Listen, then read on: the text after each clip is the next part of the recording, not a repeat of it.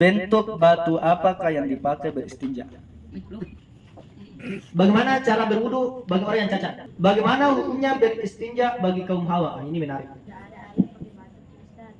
Jika batu dipakai, kalau misal masih ada kotoran tak, nah habis batu dipakai bagaimana? Tambah lagi.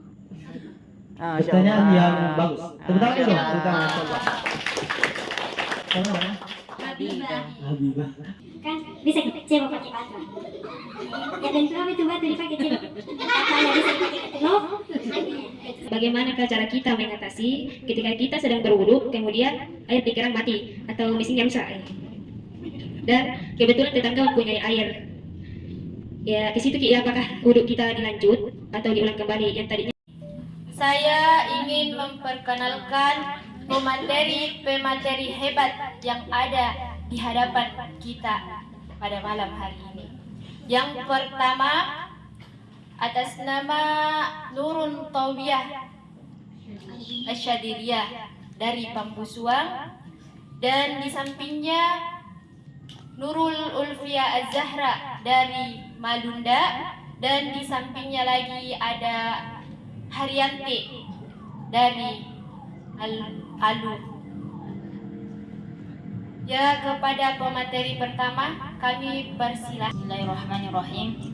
Assalamualaikum warahmatullahi wabarakatuh. Waalaikumsalam warahmatullahi wabarakatuh. Bismillahirrahmanirrahim.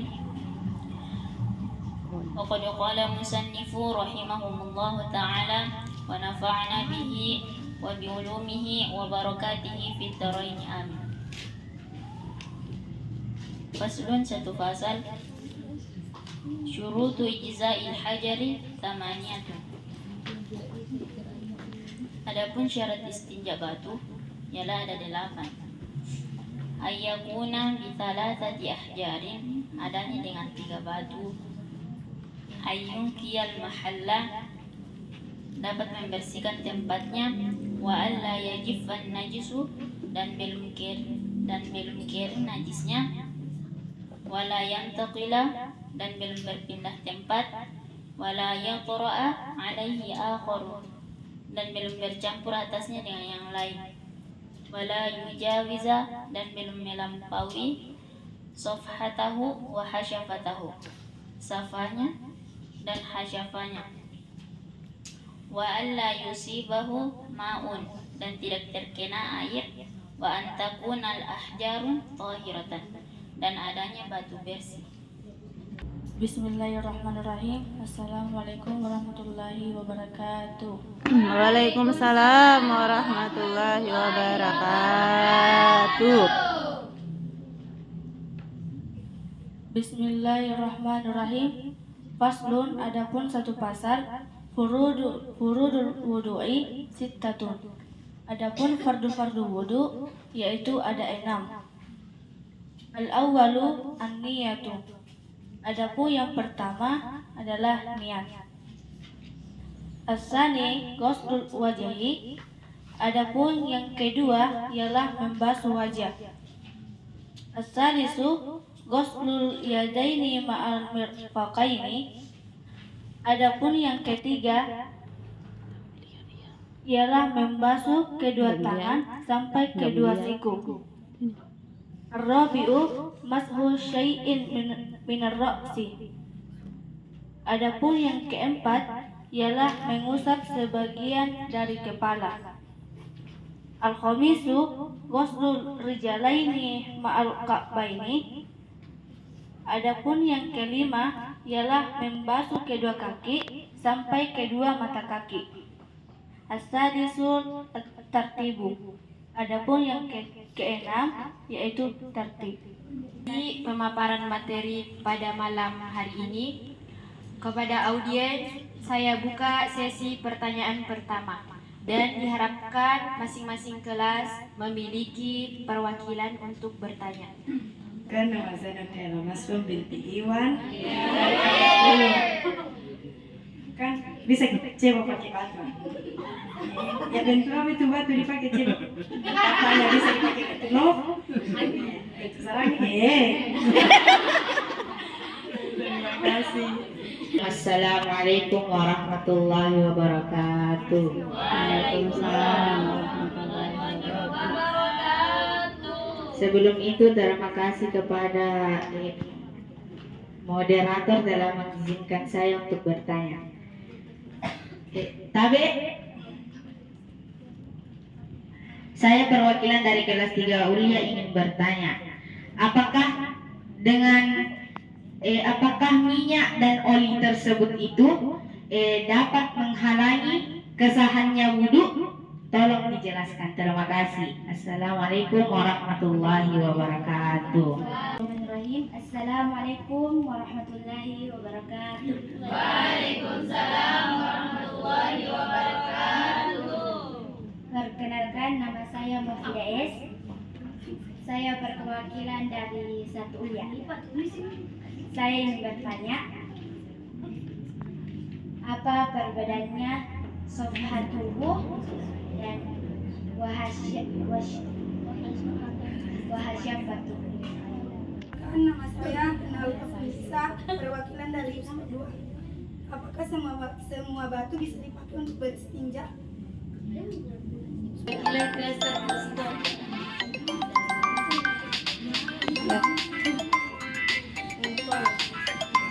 Kan bisa ibu di sungai tanpa ada dua batu dempet, tapi ada tuh jalannya tanpa ada Apa bilang? Apa itu?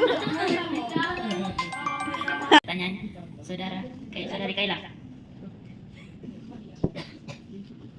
Bentuk batu apakah yang bisa dipakai? Ya. Sembarang batu yang penting tidak halus, tidak melukai, tidak basah. Yang bisa mengangkat kotoran. Oh, batu bata bisa tidak? Bisa. Tidak bisa. Oh, Masya Allah, kayak lagi. Bayangkan menjadi anu.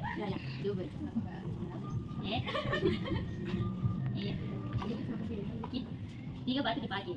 Tidak boleh kurang. Bilangnya dulu. Tiga dipakai batu tuh. Tapi daya rumah pakai.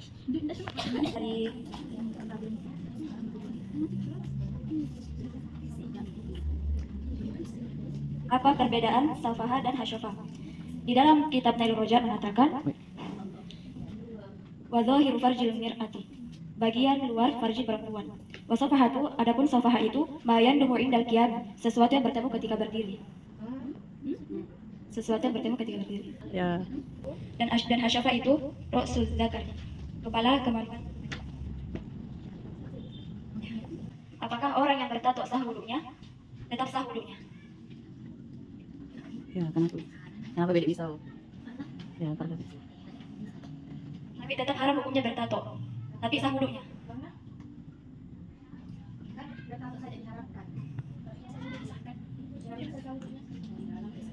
Jadi sahji. Yang halangi wudu. tidak air kapan tidak menghalangi air.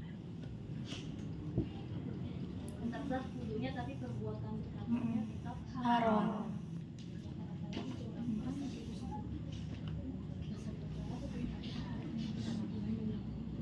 Nadia Fitria izin bertanya, bagaimana itu hukumnya beristinja dengan batu bagi kaum Hawa? Sementara kan tidak bisa itu beristinja dengan batu bercampur dengan benda lain. Dan itu kalau perempuan beristinja pasti bersamaan keluar yang ada di kubul dan ada yang di dubur bersamaan. Dan otomatis pasti kena najisnya. Jadi bagaimana hukumnya? Mohon jawabannya kepada teman. Bagaimana hukumnya kalau BAB gitu tapi sama darah begitu ya? Bisa kita bersetting? Bertanya, apa sarapannya mirfaqain? Bertanya, bagaimana nih kalau satu batu 8 baru yang dibutuhkan 3 batu, ada batu tapi bisa melukai. Jadi pertanyaannya, bisa sih pakai satu batu? Perkenalkan, nama saya Namira Mohrika, perwakilan dari kelas 2 Ulia. izin bertanya, bagaimanakah cara kita mengatasi ketika kita sedang berwudu, kemudian air di keran mati atau mesinnya rusak, dan kebetulan tetangga mempunyai air. Ya, ke situ ya, apakah wudhu kita dilanjut atau diulang kembali yang tadinya cuman sampai ke siku tanpa mati air begitu. Perkenalkan, nama saya Fadila Jannah. Saya ingin bertanya tentang kedudukan. Syurutul ijza'il hajari samaniyatu an yakuna. Apa kedudukannya di sini an? Maka jangan bersenjata pakai batu.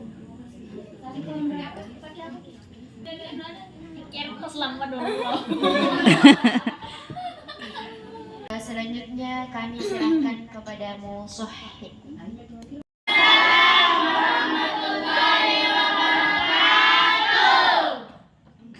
Pertama, selamat malam sebaik hati semua. Tadi kita sama-sama mendengarkan pertanyaan dari teman-teman kita yang Masya Allah pertanyaannya bagus-bagus. Tepuk tangan dulu yang bertanya.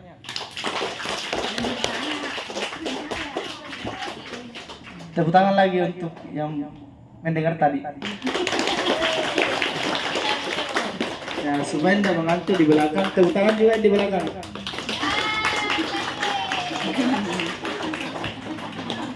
Bentuk batu apakah yang dipakai beristinja?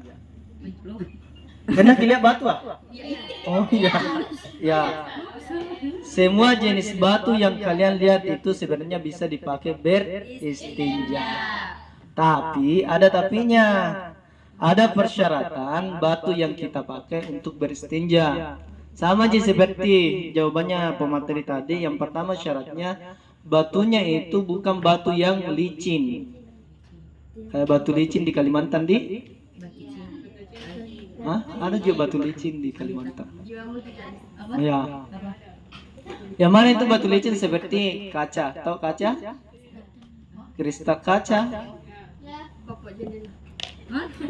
Ya, napasan di jendela. Nah, termasuk juga batu tawas. Tidak bisa dipakai karena licin. Ada juga batu akik, tidak bisa dipakai.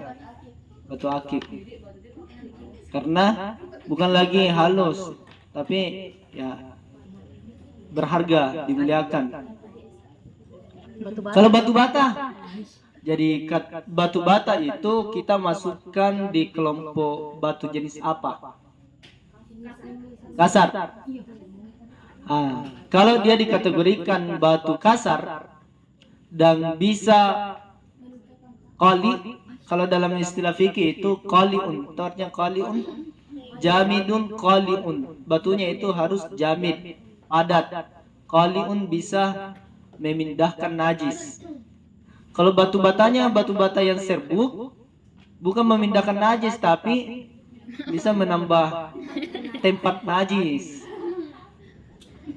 Tapi kalau batu batanya keras dan qali, itu bisa dipergunakan untuk beristinja. Jadi dilihat dulu batu batanya, karena memang ada beberapa jenis batu bata itu ada yang kasar, padat, ada juga yang kayak serbuk.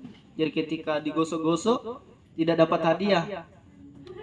Tuh, kalau digosok tidak dapat hadiah. Gosoknya, gosok artinya cobanya lagi, itu berarti tidak bisa dipakai. Tuh, saya lanjutnya bertanya ulang ini kalau tidak jelas. Apa perbedaan safah dan hasyafah? Apa nih? Safah. Kalau di kita fikih safah pakai sok. Safah. Safah itu menghimpit. Ada dua gunung di bawah yang menghimpit sumur.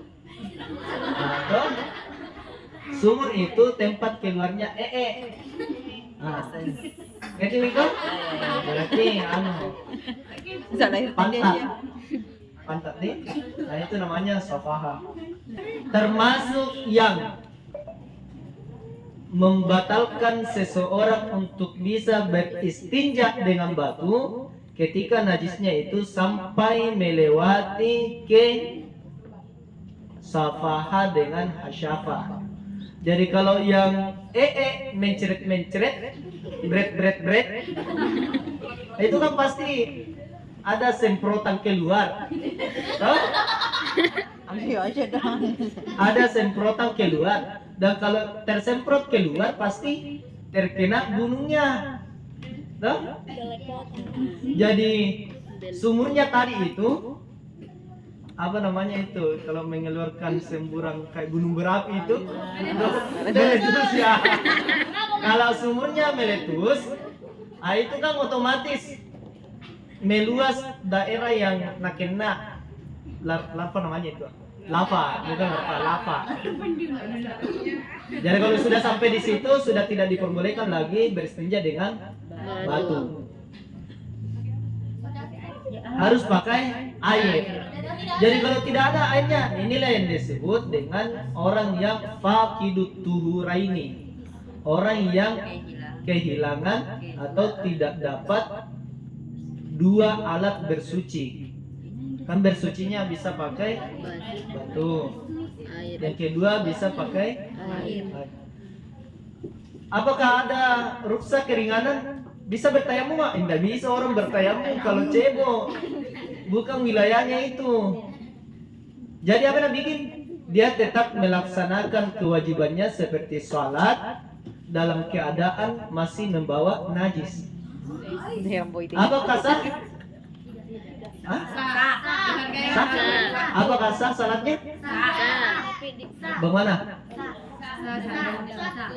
Dia salatnya itu lihurmatil waktu, menghormati waktu. Berarti apakah wajib diulang salatnya? Wajib hukumnya diulang ketika dia sudah mendapatkan air. Karena tidak bisa pakai batu karena sudah melewati batas. Jadi mengertinya? Ustaz, kalau sekali tidak sholat ya sekaligus nakodok, sekali nakodok. Dia berdosa karena tidak melaksanakan sholat di waktunya. Itu saking pentingnya melaksanakan sholat meskipun dalam keadaan tidak bersih. ya tidak Apa suci. kodok? Kata. Nih ada nyarpan, ngerti mungkinnya? Bilang bisa apa kodok. Kode itu mengganti. Nanti najelaskan kembali anu ustazah. Selanjutnya yang di belakang. Dengar yang di belakang. Apakah minyak atau oli bisa menghalangi sahnya wudhu? Lihat dulu di mana tempatnya. Kalau minyak atau olinya itu di tempat yang wajib dibasuh ketika berwudu, maka kenapa? Kalau kita perkirakan olinya ini atau minyaknya ini ketika air sampai ke situ dan merubah airnya, maka tidak sah. Nah, yang kemarin sudah dipelajari air yang tahirun, mutahirun, suci dan mensucikan. Kalau airnya mughayyara berubah disebabkan benda bukan najis, benda suci, maka diukur. Kalau airnya berubah ya tetap tidak diperbolehkan untuk dipakai bersuci. Berarti alternatifnya diapakan? Dibersihkan dulu. Dibersihkan. Jadi tetap ada usaha terlebih dahulu. Kalaupun misalnya masih ada tersisa di tangan tak atau di kaki tak bekasnya yang sudah susah untuk dihilangkan semua, maka tetap sudah dianggap sah. Kalau sudah ada usaha menghilangkan. Memang ini terkadang perempuan ketika manjanno lokayanno misalnya karena tangannya nak kasih ke bawah, nak kasih begini-begini. Ya kan ada orang seperti itu. Kayak mau kira nih. Tidak pernah mempraktekkan di sini ya. Tidak pernah mempraktekkan tanganmu kasih begini ke bawah. Nah, ini kan secara tidak langsung pasti ada minyak yang melekat di sini di tangannya. Nah, ini yang terkadang biasa ketika masuk waktu sholat, kalau tangannya itu tidak dibersihkan, maka wudunya belum sah. Sama juga orang pakai henna namanya itu. Iya, iya, iya. Yang bukan yang kering, yang masih basah di sini. Oh iya, Itu yang masih basah. memikau. Ya, semi. Ya, oke, lanjut. Apa lagi nih? Bagaimana kalau wudhu di sungai baru ada najis di batu atau di Dihimpit ya, dua intinya batu. di sini aliran airnya itu ternyata adalah aliran yang sudah bercampur dengan najis. Bagaimana hukumnya? Kalau melihat di situ najisnya pasti tidak bisa dipakai airnya. Kalau tidak melihat, dilihat lagi. Kalau merasakan ada baunya, tidak sah. Ada rasanya, tidak sah dipakai. Makanya ketika seseorang itu berwudu, maka lihat dulu airnya air apa ini. Jangan sampai air bakso ya. Tidak ada tuh. Misalnya Kak Ros.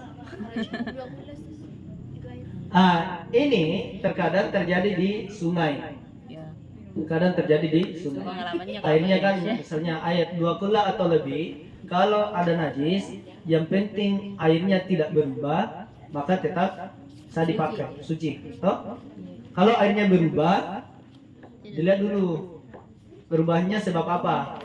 Kalau berubahnya sebab najis, jadi area yang misalnya area yang terkena najis itu airnya yang tidak diperbolehkan untuk dipakai. Jadi yang bersihnya yang di sana atau yang di pinggirnya itu yang bersih, itu yang bisa dipakai. Jadi sekali lagi saya bisa mungkin dihindari. Oke ya, lanjut apa lagi nih? Bagaimana cara berwudu bagi orang yang cacat? Ya makanya diukur dulu, sama seperti jawabannya tadi ke materi. Cacatnya itu bagaimana bentuknya? Ada orang cacat, misalnya kakinya lepas jari-jarinya, itu kan masih ada bagian yang wajib untuk dibasuh. Ya itu yang wajib dibasuh saja. Jadi kalau kakinya terpotong sampai melewati mata kaki, ya karena tidak ada jadi tidak wajib dibasuh. Tidak wajib wudu. Tidak wajib dibasuh. Wajib dibasuh. Tidak usah wajib dibasuh. Sama juga dengan anggota tubuh yang lain. Jadi kalau misalnya ada orang tidak ada tangannya terpotong, diamputasi sampai melewati kedua sikunya. Ada juga kakinya sampai melewati kedua kakinya. Apa yang bikin? Bagaimana cara berwudu? Minta tolong. Tidak bisa karena terpotong semua. Ya, nabasi tas. Nabasi di sininya. Wajahnya saja. Oh. Jadi dia minta tolong sama orang. Kalaupun dia tidak, misalnya Dia tidak punya orang yang bisa membantu, kemudian dia juga tidak memungkinkan untuk pergi berwudu, maka diberikan keringanan. Dia salat saja, meskipun dalam keadaan tidak berwudu. Oh, Daripada pergi guling-guling. Tidak ada masuk begini, Ustaz. Tapi tidak ada niatnya dalam itu bilang ini. Ya kan tadi yang Tidak ada dicontohkan ini tidak ada kedua tangannya. Tapi tidak ada juga niatnya, kedua tidak ada kakinya. niatnya, tidak ada niatnya dalam hati. Apa? Tidak ada niatnya dalam hati, niat. Kalau dia berwudu tetap berniat. Kalau tidak berkan masih dimaafkan kalau kasus seperti itu. Cuma kan jarang orang seperti itu. Tapi ada. Apa lagi? Saya lanjutnya karena banyak sekali. Dengan juga adanya Arfan bilang tadi. Bagaimana hukumnya beristinja bagi kaum Hawa? Ini menarik. Menarik ini karena memang perempuan itu jarang beristinja dengan batu. Makanya di sini pertanyaannya, taroi beristinja dengan batu. Beristinja dengan batu. Kalau orang beristinja itu bisa dengan air, bisa dengan benda lain. Kalau pertanyaan bagaimana hukumnya beristinja bagi kaum Hawa, wajib hukumnya beristinja. Saya salah tulis Ustaz. Oh ada batunya. Oh, sorry. Iya. Oh, ya, udah ya. kurangin ya. Bagaimana hukumnya kaum Hawa beristinja dengan batu? tetap wajib. Tetap wajib. Masih ada pikiran saya tapi tidak ditulis Ustaz. Pertanyaannya kemudian, kalau misalnya ada orang itu kan biasanya satu paket itu dengan tuh kencing. Jadi kenapa nih? Makanya di bab istinja dengan batu itu ada persyaratan Allah yatra'a, apa di situ ya? Di Safina. Allah yatra'a Alaihi akhirun. akharun. Salah. Tidak kejatuhan atau tidak bercampur dengan najis yang lain. Saya juga sebenarnya ini bingung bagaimana memang perempuan kalau dengan karena begini, ini kan riwayat hadis dan ini sudah masuk. Ketika dijelaskan, maka ini sifatnya umum, artinya tidak dikecualikan laki-laki dan perempuan. Secara otomatis perempuan pun juga diwajibkan untuk beristinja dengan batu ketika misalnya tidak ada air. Cuma masalahnya kemudian yang muncul, kalau perempuan itu memang agak susah karena terkadang ketika perempuan sudah kencing itu kan masih biasa keluar yang sisa-sisanya, dan itu kan pasti mengalir ke bawah. Kalau mengalirnya itu tidak sampai ke sumurnya, maka ya tetap diperbolehkan dia beristinja dengan batu di sumurnya. Pertanyaan kemudian, beristinja dengan batu di bagian farajnya bagaimana caranya? Di situ kan ada persyaratan tidak melewati batasan zahir faraj perempuan. Yang mana batasan zahir perempuan? Yang apa? Yang bagaimana? Itu batasan zahir. Jadi memang agak ribet beristinja dengan batu bagi perempuan, karena pasti biasa memang mengalir sampai ke bawah melewati batasan. Nih, beda kalau laki-laki gampang dikontrol.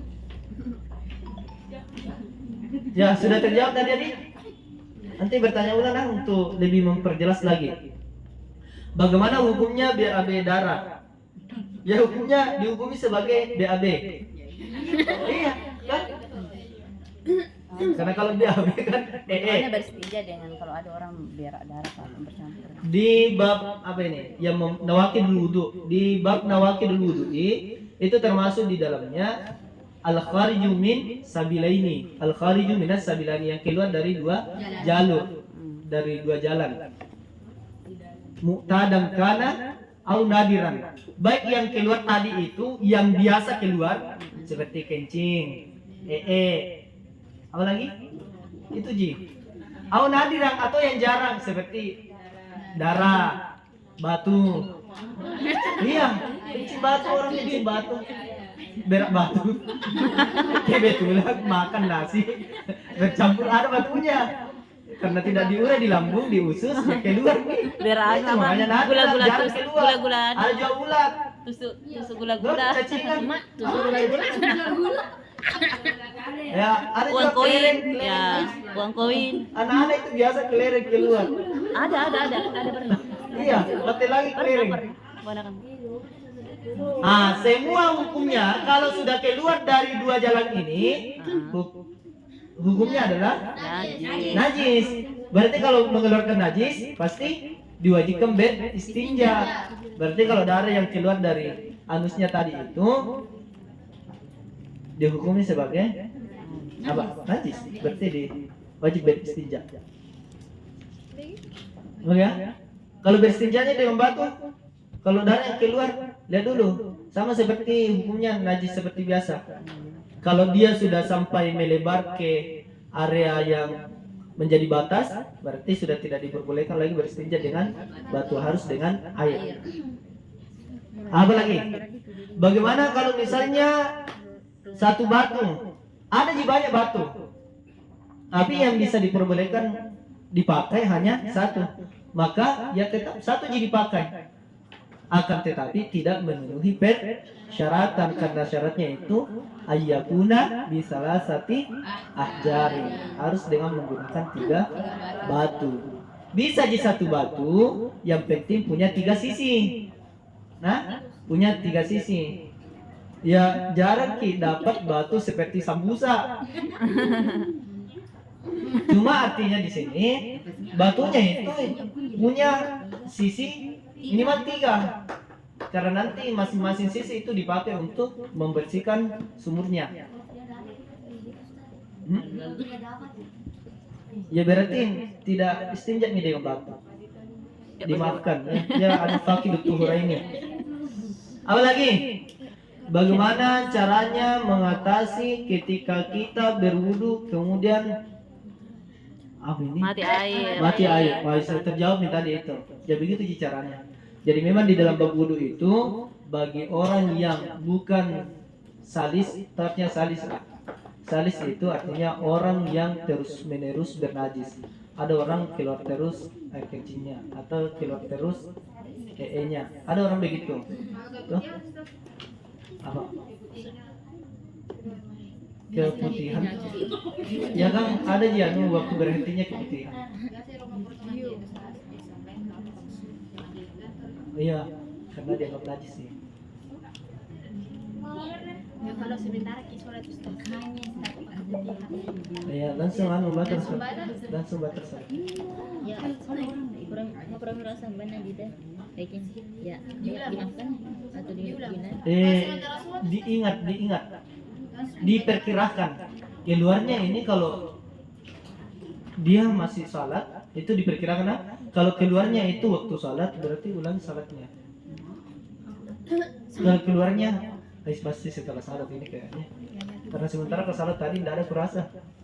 Misalnya kalau begitu. Ya bagaimana nanti kalau pas di perjalanan Ustaz? Sehingga di masjid sholat kepada keputihan. Ya ganti pakaian. Kalau tidak dapat pakaian lagi pinjam. Iya, sakit. Ya pakai. Menghormati waktu. Oke, lanjut. Yang wudu tadi itu di antara kesunahannya wudu itu mualat. Mualat itu artinya berkesinambungan antara anggota wudu yang satu ke anggota wudu yang lainnya. Kalau misalnya tadi kasusnya wudu di asrama kebetulan mati lampu, Ke rumahnya undah. ya ke rumahnya undah tidak apa-apa, tapi dengan syarat Tidak kering. belum anggota wudu tadi itu belum kering. Bahkan di sini pun diperbolehkan lanjut wudunya di tinambung misalnya, selama belum kering. Misalnya masih ada pertanyaan mirfak. Apa sarapannya mirfak? Moderator ini sebenarnya bisa menjawab. Apa itu mirfak?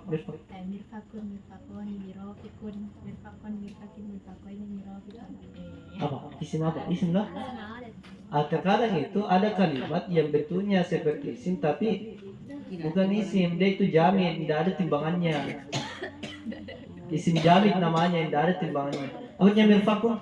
Dua siku. Ada memang timbangannya? Siku. Ada fiilnya siku? Tidak ada. Kecuali kalau misalnya dikiaskan lagi ke bentuk sigat yang lain dari kata rafaqah, sempat ada dalam bahasa Arab istilahnya. Kayak contoh qasam menggunting, qasam memotong, kemudian mikasun alat memotong, sehingga didefinisikan alat memotong itu adalah gunting. Nah kayak begitu nih. Kalau mirfak misalnya alat yang dipakai untuk mengukur, kan siku terkadang untuk orang dulu itu dipakai untuk mengukur. Mirfak isim alat di kasrah huruf mimnya. Kirinya isim alat di kasrah huruf mimnya. Ada pertanyaan mau yang lain nggak? Ada yang bertanya apa? Kan kalau tidak ada air pakai batu Ustaz. Jika batu dipakai, kalau misal masih ada kotoran tak, nah habis nih batu dipakai bagaimana? Tambah lagi. Pertanyaan yang bagus. Tepuk tangan dulu. Tepuk tangan coba. Siapa namanya? Habibah. Petilawa apa? Korip Oh, masya Allah. internasional. Masya Allah. Kalau orang istinja dengan batu, syaratnya tadi harus menggunakan 3 batu. Sudah habis 3 batu nak pakai, masih ada sisanya belum kita bersihkan, apa nak bikin? Kalau masih ada batu, ya tambah lagi. Kalau tidak ada batunya sama seperti yang sebelumnya tadi, jadi dia sudah faqidatul rain. Oke? Cuma kalau misalnya ada kesunahannya lagi, kalau di batu keempat sudah bersih sumurnya, disunahkan mengganjilkan, kasih cukup 5. Bisa? Memang kalau kita ini di daerah Indonesia jarang sekali orang beristinja dengan batu. Kebanyakan memang orang-orang yang hidup di Jazirah Arab. Karena apa? Pertama sedikit air, kemudian daerahnya kan ada pasir. Nah, mau aku bilang tadi dengar ini apa namanya, tambahan wawasan. Yang disunahkan sebenarnya itu ketika beristinja, yang pertama dipakai itu beristinja dengan batu. Baru setelah beristinja dengan batu lanjut beristinja dengan air. Itu yang disunahkan kalau di dalam kitab-kitab fikih. Cuma kalau yang paling gampang, yang paling mudah kita kerjakan ketika dua-duanya misalnya ada, adalah dengan menggunakan air. Tapi kalau mau kesunahannya, misalnya dua-duanya tersedia, pakai batu dulu, baru pakai air. Jadi itu batumu apa? Buang nih, amankan. Ya, jangan kau lempar ke jalan, tak kena nanti orang. Ya. Oh iya. Diamankan. Tahu diamankan? Diamankan. Jadi diamankan artinya jangan sampai ada orang yang injak atau apakah. Bagaimana Ustaz kalau kan tidak cukup 3 batu, jadi tambah lagi, bagaimana pakai benda yang lain Ustaz? Bisa. Benda yang bisa dipakai beristinja yang sama posisinya dengan batu seperti daun kering. Daun basah tidak bisa. Daun basah tidak bisa. Daun basah itu memindahkan, bukan menukik. Kalau tisu kering bisa, kalau tisu basah tidak bisa. Cuma alternatifnya itu pakai tisu basah terlebih dahulu, baru tisu kering. Itu yang paling bagus. Kayu juga bisa. Kayu. Oh tulang. Tulang tidak bisa karena jadi hormati. Karena tulang itu makanannya jin. Iya, tulang itu makanannya jin. Kalau mau ke Nah, itulah tadi penjelasan dari musohi kita. Marilah kita menutup acara ini dengan bersama-sama membaca Alhamdulillah.